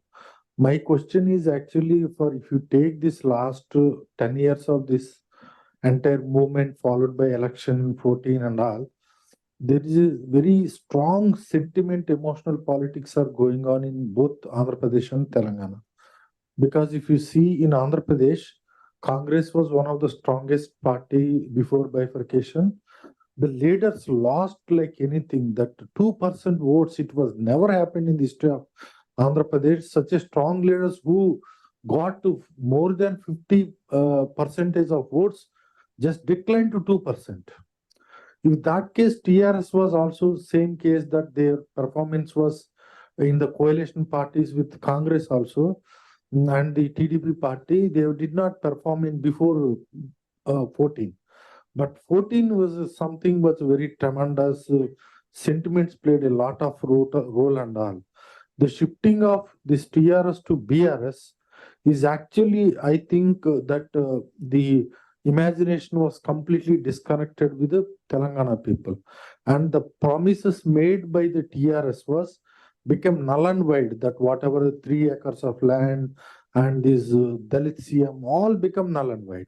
In this context, that this can play sentiment can play a major role in just anti-incumbency of this election, because you are the perfect person to just tell. Thank you, sir. So there is one community that is missed out, or the civil society, but it's a silent spectator or silent observer, but has a major decisive role in Telangana. Because while forming the JAC, Joint Action Committee, Telangana employees have played very key role from the grassroots level. So from the all these years, from the 10 years, the employees' issues are not solved. So employees, leaders who are representing employees, they are now sitting in the major positions as ministers, as nominated postings and all that. So issues are not yet solved. Meanwhile, in the recent term, employees were getting salaries at 15th of every month, and a lot of distress transfers related to promotions, postings, means a lot of psychological pressure that employees have gone through. Apart from this, they also had gone through the work pressure, the severe work pressure of the revenue employees who are doing where there should be 10 people, only one clerk or the contract employee was having overburden on it. So contract employees issues, teachers issues, and state government employees issues, and also especially the university employees. So there was a time when Usmania University employees came out and has to do dharna protest because they were not receiving salaries for 3 to 4 months.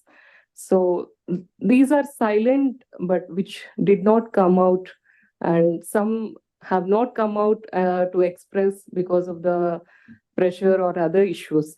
So there are around more than 3 lakh employees in Telangana. So, and they go for voting. So will this have a difference in the coming elections? Means if they go and vote for their choice. So, can I just add something to it here? And I would like to take this question to Pradeep ji also, to see if, like, it has a resonance on the ground. 2008 Rajasthan election, Ashok Gehlot and the Congress lost. One of the major factors was the government employees. Now, this factor, as she has mentioned, has not appeared in our discussion yet. Pradeep ji, do you think, like, in terms of issues, it is a factor somewhere? See, every issue is effective enough, but the question is how much, and based on their representation and number of voters who turn out will decide the impact of that particular issue, or for that matter, the society. So every issue does impact, but the question is how much.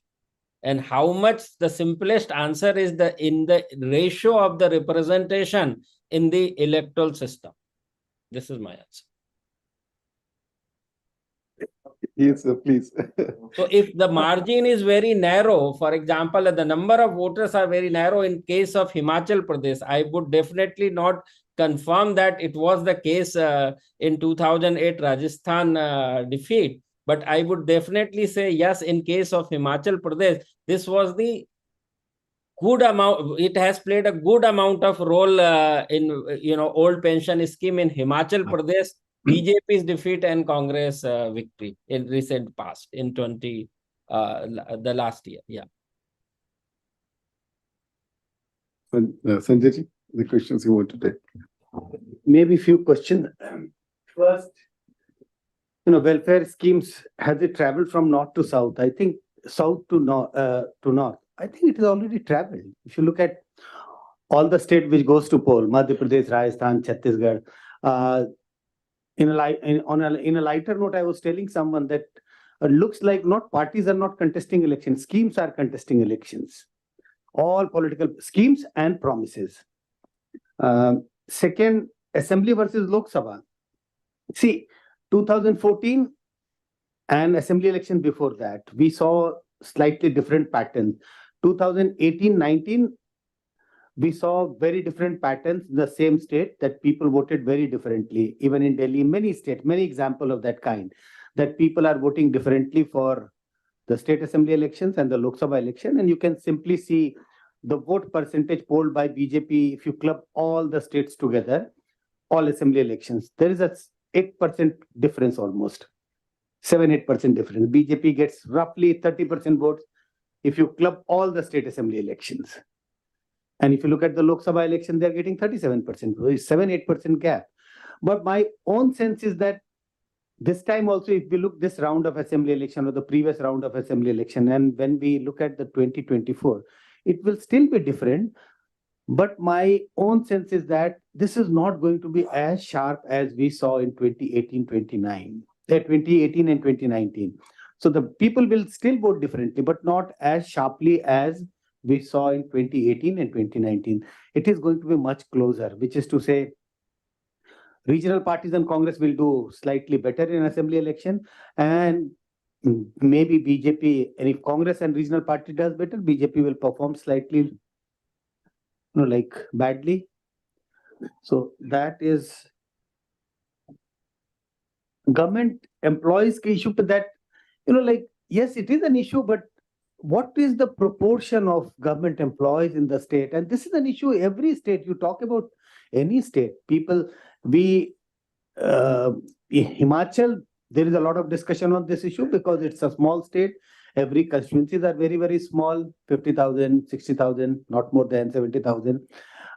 So issue is there, but I don't think such a big issue that it can actually make a huge impact on the electoral outcome. Even if 80% of the government employees, I'm assuming, even if 80% of the government employees vote against BRS, that we are very unhappy because the issues which you are referring to, salary not on time, vacancies, which is the state where you would not find these problems? Every state, central government, every hospital, everywhere. And now going back to the first question which you asked, I think this whole question of FTPT, it is discussed time and again. In the context of Telangana, I don't think this is an issue because if you look at the votes between the two parties, the gap is very big, and that is why BRS registered at the time, TRS registered a massive victory. This question is, and when you say if there is a different electoral system, will it produce different kind of electoral result? Yes, certainly. Depends what electoral system we want to follow. If it is a different electoral system, the list system, it will produce different kind of result. FTPT produces different kinds of results. This is a question which is more appropriate when we think of other states. There are many examples of that kind, but Karnataka is a good example. All the last 3-4 assembly elections, if you look at the last 3-4 assembly elections, you leave aside the last one, but previous assembly election and the previous assembly election, BJP has less votes and more seats. Congress has more votes, less seats. There are many examples of that kind. 2014 Lok Sabha elections in UP. BSP had got almost 20% vote, 19.6% vote, no seats, no parliamentary seat from UP. 2014 Lok Sabha election. First look at 2008 Lok Sabha election. So 2009. BJP's vote share is 18.6 and BJP seats was 116 Lok Sabha seat. 2014 Lok Sabha election, Congress vote share is 19.6, 1% higher compared to BJP's vote share of the last time. And Congress vote share seats 44. So there are issues about that. Sentiment question and maybe others. Yeah, I don't have much to add, but I think the election, among this round of assembly election, Telangana result, I think is perhaps the most interesting case to watch out because this is the first time after the formation of the state, there is some discontent that the pending issues, I think they gave a long rope in the previous round of elections. This election, it will be interesting to watch how the electorate would behave, how this discontent, will it really convert? As I said, there is a strong discontent against TRS, but they don't have a pro wave. That's a very interesting thing because they have not yet trusted Congress for many reasons, their own and also issues of organization. BRS is the second richest party after BJP in India. So there's a lot of money power that is involved. So it will be interesting to see that how my interest would be in seeing how the social protest, social agenda, the social discourse that takes place outside the electoral politics, is Telangana, will it prove to be an exceptionalism? That often the psephologists will tell that these things don't easily translate into electoral politics because it's mediated through a lot of organizational work, things of that kind. But Telangana being an exception as a social protest, will there be something, an edge to that kind of a discourse that there is more translatability of social agenda into electoral politics is something that I would be interested to wait and watch. Would you like to answer Tripurni's question? How would 2024, what would be the Lok Sabha election look like? These assembly elections would not reflect anything or give any indication for 2024. I think the national elections are fought on a different basis altogether. There is not much of a connect between the states and the national elections. I think anybody would like to have any more questions or any comments, anything? I have a question. Yeah, please. How important is the women vote in Telangana? And are any of the parties specifically focusing on the women vote? The state government has a slew of women-oriented welfare schemes. In that sense, anyone can answer. Sajjan, would you like to answer that from the ground, or Pradeep ji from there? Anybody? Yeah, Sajjan can go ahead first, please. Yeah. As far as women voters are concerned, I mean, compared to, therein you find that, every party is giving some sort of promises.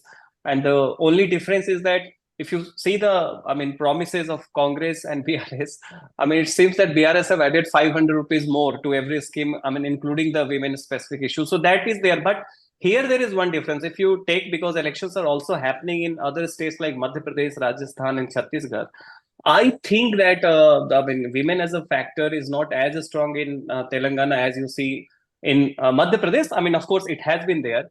And even in Rajasthan and Chhattisgarh, tacitly, because when Congress promised subsidy in Rajasthan, already the LPG subsidy of 600 rupees and in Chhattisgarh 500 rupees. And you find some traction among the women because this is about what is happening inside the households. Women do get affected.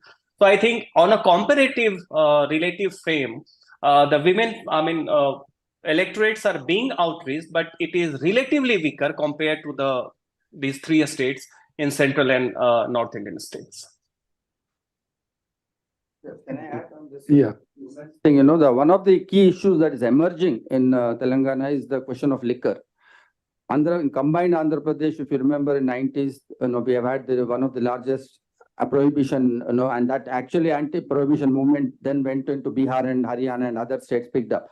That issue is gradually coming back in Telangana. Under this current government, the only two sources of income are land and liquor. One, he does auction of land, government land. He has almost sold entire land in and around Hyderabad. So about 2,000, 3,000 lakh crores he collects every time. And then liquor. And some statistics show that the jump of 40% consumption. He has introduced in villages, districts, local level. He did not beat YSR. YSR had launched home delivery of liquor. He did not go that far, but he's almost there. That every village now can open liquor. Private houses have been allowed, given licenses to sell liquor. So there's a huge jump in liquor, which is getting reflected in women voters. So if Congress can, it will all depend. It will become electoral if Congress can promise something better on that front. I think to sum up the discussion, I think what I can conclude is, as we are saying again and again. I think Pradeep sir wanted to respond to women issue.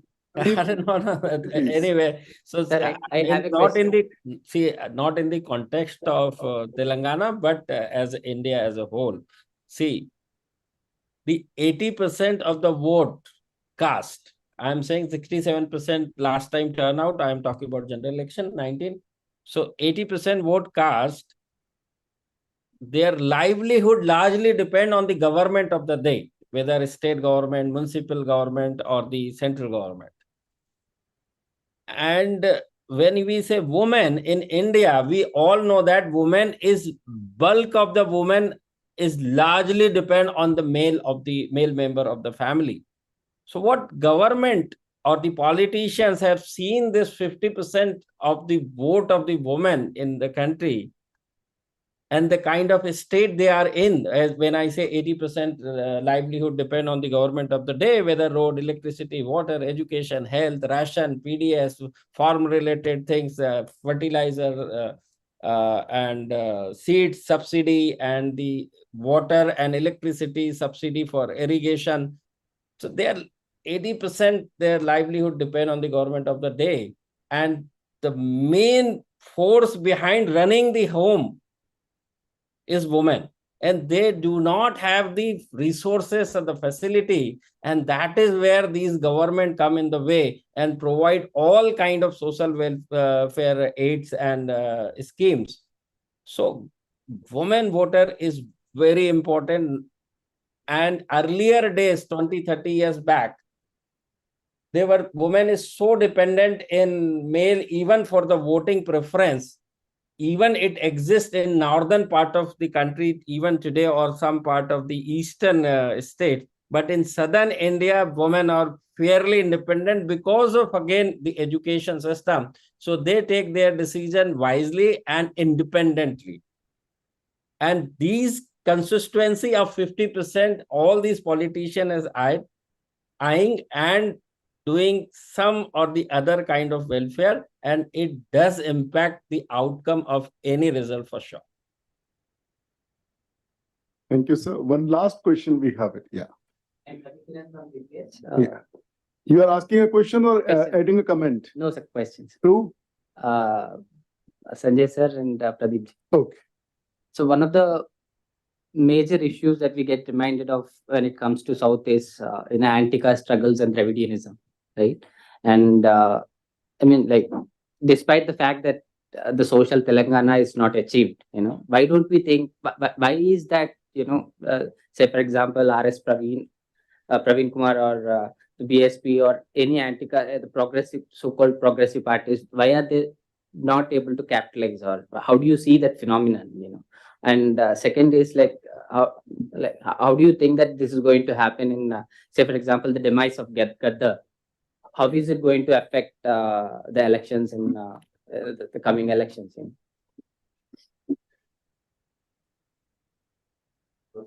Okay, Sanjay ji is passing on the responsibility to me. So as a good friend, I'll do. So the two questions you have asked, look at Ahuja's book, Ravi Ahuja's North and South. North India, the anti-caste issues have got politicized. BSP formation political, but there is no social movement. South India, there is social reform movement that have happened, independent, autonomous, the FINOC, Gaddar, question of land, with the left movement. So there is a lot of social agenda. Therefore, BSP kind of political parties are not able to capture the imagination of the Dalit Bahujan, because the demands are much larger than the agenda which the political parties are setting. So that's first. That's the reason there's a big difference in South and North between autonomous Dalit movement and political movements in the North. Political movements in the North are not able to generate a social agenda. It's only a political agenda. So that language is not working in South. That politics is the master key for everything. That is not something that is attractive. On your second question on Gaddar's thing, especially that there is this popular memory, of Gaddar being humiliated by KCR. So to that extent, that is there in the public memory. See, all these things gradually add up electorally also. Bit by bit, people have, making up this old landlordism coming back in new form. In Gaddar, in one of the interviews, also said that from Gadi, which is the landlord's Gadi, it has now farmhouse. So Gadi to farmhouse is one of the simile that Gaddar had used in one of his interviews. So those issues are there. The undercurrent is there for all these issues. Whether they'll all come together electorally, I think it's a very complex, with this voting share and seats and electoral machinery, all this coming together. So undercurrent is there, definitely. The problem is opposition is not able to really, because qualitatively it's not very different from what TRS is. The same Reddy leadership again that Congress is projecting. So people have to choose between selection and elimination. That's a very difficult thing to predict. But socially, these trends are very clearly visible. No, I also think when you mentioned about, say, Gadar or BSP, but what is the effort of these parties or the groups? Not all are political parties. What is the effort they are making? Do you see BSP making an effort to expand? Have they put up candidates? Have they put up party structure? So you have to create a platform for people to, first you have to create a platform. Is that there? I think it's missing. The party is not interested, or maybe party get a sense that they may not be able to successfully if they want to, if they try and build that structure. Second, extreme positions people generally don't like. We are at a different moment at the moment, because a party may have taken an extreme stand, but still very, very powerful, getting a lot of support. But extreme stand, whether you are on one extreme or the other extreme, you will get support of only very tiny section of people. So if you want to become a successful political party, you have to have a agenda of catch-all. So extreme stand doesn't give electoral reward, because for electoral reward you need a much bigger catchment area. I think.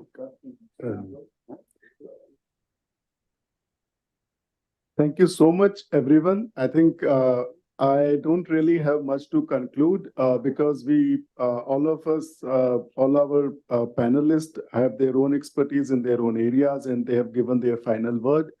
The word goes like, BRS still looks like it would make a comeback, and probably Congress would not be able to get where it could. Because of its own fallacies. That looks like something I would say predicament on the democracy, the form of democracy we have also in the questions which came to us.